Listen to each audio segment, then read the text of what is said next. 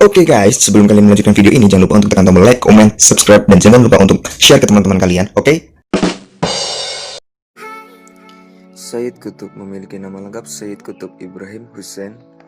Lahir di Musa, Ashraf, Mesir pada tanggal 9 Oktober 1906. Ayahnya yang bernama Al-Hajj Qutb bin Ibrahim. Beliau termasuk anggota komisaris Partai Nasionalis di desanya. Sayyid adalah anak kedua dari 5 bersaudara. Saudara pertamanya Nafisah atau kakak Sayyid. Adik pertamanya Aminah, lalu Hamidah dan Muhammad. Ketiga adiknya berprofesi sama seperti Sayyid, sebagai penulis, kecuali Nafisah sebagai aktivis. Sayyid hafal Al-Quran secara sempurna ketika umur 11 tahun. Dan Fi Zilalil Quran adalah karya tafsirnya pada tahun 1952. Sayyid bersekolah selama 4 tahun di desanya. Pada tahun 1925, ia ke Kairo masuk sekolah lanjutan atau sekolah guru. Pada tahun 1929 sampai 1933, ia belajar di Dar al-Ulum dan mendapatkan gelar sarjana di sana dalam bidang sastra dan diploma dalam bidang pendidikan. Kemudian Said melanjutkan ke pendidikannya S2 ke Amerika pada tanggal 1948 sampai 1950. Untuk mempelajari metode pendidikan barat, ia meraih gelar master di University of Northern Colorado Teachers College. Dan Sayyid Qutb ini memiliki kekaguman pada dunia barat. Menurut Noim Hidayat, dalam bukunya, semasa kuliah Sayyid Qutb banyak dipengaruhi oleh pemikiran Abbas Mahmud Al-Aqad yang cenderung pada pendekatan pembarataan. Sayyid juga akrab dengan perpustakaan barat sehingga ia tumbuh menjadi pengagum barat. Setelah menetap selama 2 tahun di Amerika, akhirnya ia menemukan titik terang terhadap Amerika. Banyak hal yang tak sesuai dengan pemikirannya seperti sekularisme, ditambah lagi kesenangan tokoh masyarakat yang ada di sana ketika mendengar pendiri Ikhwanul Muslimin pada tahun 1928 yang meninggal, yakni Hasan al-Banna. Dan semasanya ia kembali ke Mesir, Sayyid kembali ke Mesir dan bergabung dengan Ikhwanul Muslimin pada tahun 1953 dengan upaya membangun umat yang Islam. Beliau menjadi ketua seksi penyebaran dakwah dan pemimpin redaksi koran Al-Ikhwan Al-Muslimin. Juandi dalam artikelnya Pemikiran Politik Sayyid Qutb mengatakan menurut Sayyid ini harus ada 3 asas politik dalam pemerintahan Islam, yaitu keadilan penguasa, ketaatan rakyat pada ulil amri karena mampu melakukan syariat Islam, adanya permusyawaratan antara rakyat dan penguasa. Selagi kebijakan penguasa sesuai syariat Islam boleh ditaati namun tidak sebaliknya. Untuk ujian perjuangannya, pada tahun 1955, Sayyid dan anggota Ikhwan Muslim lainnya ditangkap oleh Presiden Mesir saat itu, yaitu Gamal Abdel Nasir, yang sebelumnya Sayyid pernah pro kepada pemerintahnya, namun memisahkan diri karena ketidaksesuaian pemikiran kepada Gamal Abdel Nasir ini. Karena Gamal Abdel Nasir ini menurutnya itu adalah penguasa penindas rakyat kecil. Memang benar. Nasir menuduh Sayyid dan anggota Ikhwan Muslimin lainnya ingin menjatuhkan pemerintah. Hal itu membuat mereka dijatuhi hukuman 15 tahun penjara dengan kerja keras. 10 tahun berlalu, akhirnya mereka bebas karena campur tangan Presiden Irak, yaitu Abdul Salam Arif. Sayyid kembali mengarang sebuah buku yang berjudul Ma'lim fit Tariq. M. Fajrul Munawir mengatakan di dalam buku itu dikatakan bahwa jahiliyah bukan masa tertentu saja, namun dapat dikatakan jahiliyah apabila setiap kali masyarakat menyeleweng dari jalan Islam. Krisis menimpa masyarakat Mesir, terutama pemerintahannya, disebabkan oleh adanya imperialisme Eropa dan pemimpin Muslim yang terbaratkan. Karya itu membuat kuping pemerintahan Nasir menjadi panas dan mereka tidak mampu menghentikan peredaran buku itu di Mesir dan negara Muslim lainnya. Pada tahun 1965, Sayyid dan anggota Ikhwan Muslim kembali ditangkap oleh Nasir dengan tuduhan ingin membuat makar. Pada tanggal 29 Agustus 1996. Sayyid yang sebagai tokoh fundamentalisme Islam bersama Abdul Fattah Ismail dan Muhammad Yusuf Hawashi dihukum mati.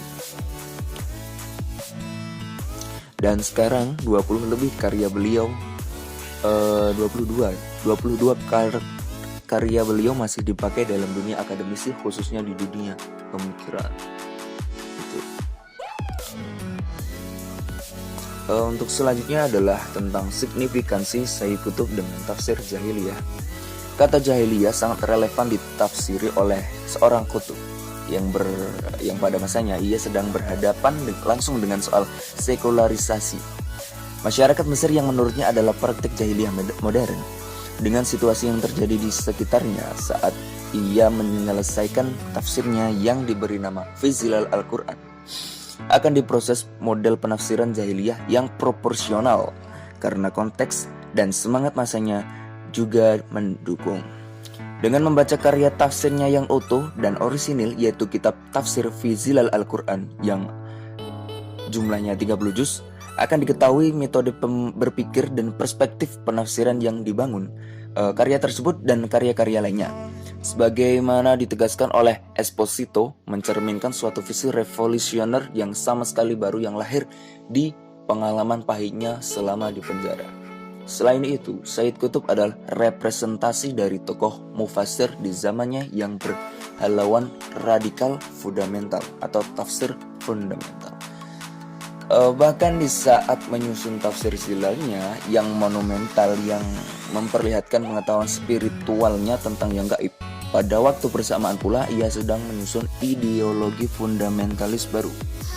Ia memiliki alur pemikiran yang jelas dan lebih maju terhadap term jahiliyah dibandingkan dengan tokoh sebelumnya Abu Al-A'la Al-Maududi. Jika Al-Maududi hanya melihat jahiliyah di dalam dunia non-muslim, dan sedangkan Qutb meyakini bahwa apa yang disebut dunia muslim juga penuh dengan nilai-nilai busuk dan kebengisan jahiliyah. Menurutnya, istilah jahiliyah tidak hanya merujuk pada periode pra-Islam di Jazirah Arab, sebagaimana yang terjadi pada penulisan sejarah muslim konvensional. Di dalam bukunya Ma'alim fi Al-Tariq, ia menegaskan bahwa jahiliyah bukan masa tertentu, ia adalah kondisi yang berulang-ulang setiap kali masyarakat menyeleweng dari jalan Islam, baik di masa lampau, sekarang, atau masa depan. Setiap usaha atau menolak realitas dan kedaulatan Tuhan adalah jahiliyah. Di antara manifestasi dari jahiliyah adalah yang pertama, satu, nasionalisme yang menganggap negara sebagai nilai tertinggi. Yang kedua, komunisme atau ateis. Yang ketiga, demokrasi di mana manusia merampas kedaulatan Tuhan. Dan menurutnya, jahiliyah modern, baik di Mesir maupun di Barat, jauh lebih buruk daripada jahiliyah di masa Nabi, karena sifat itu tidak didasarkan pada kebodohan, melainkan pada pemberontakan terhadap Tuhan.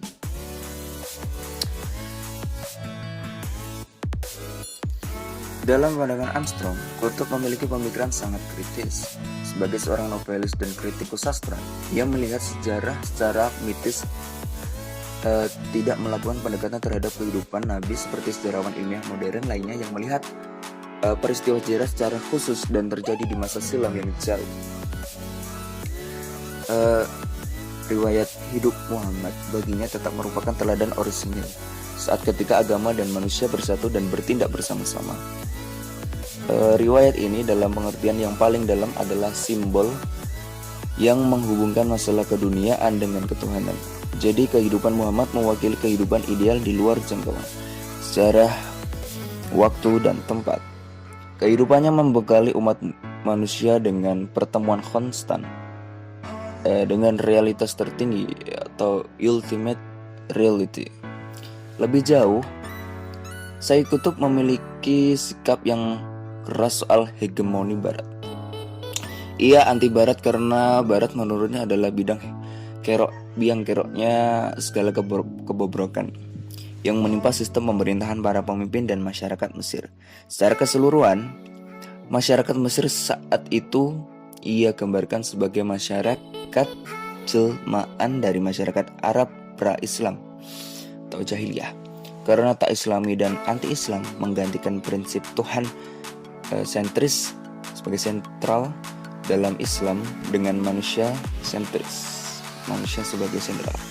Dari barat muncul berbagai hal negatif yang antara lain adalah berupa ancaman politis dan religio-kultural, sekularisme, ateisme, neokolonialisme, nasionalisme modern, dan sebagainya.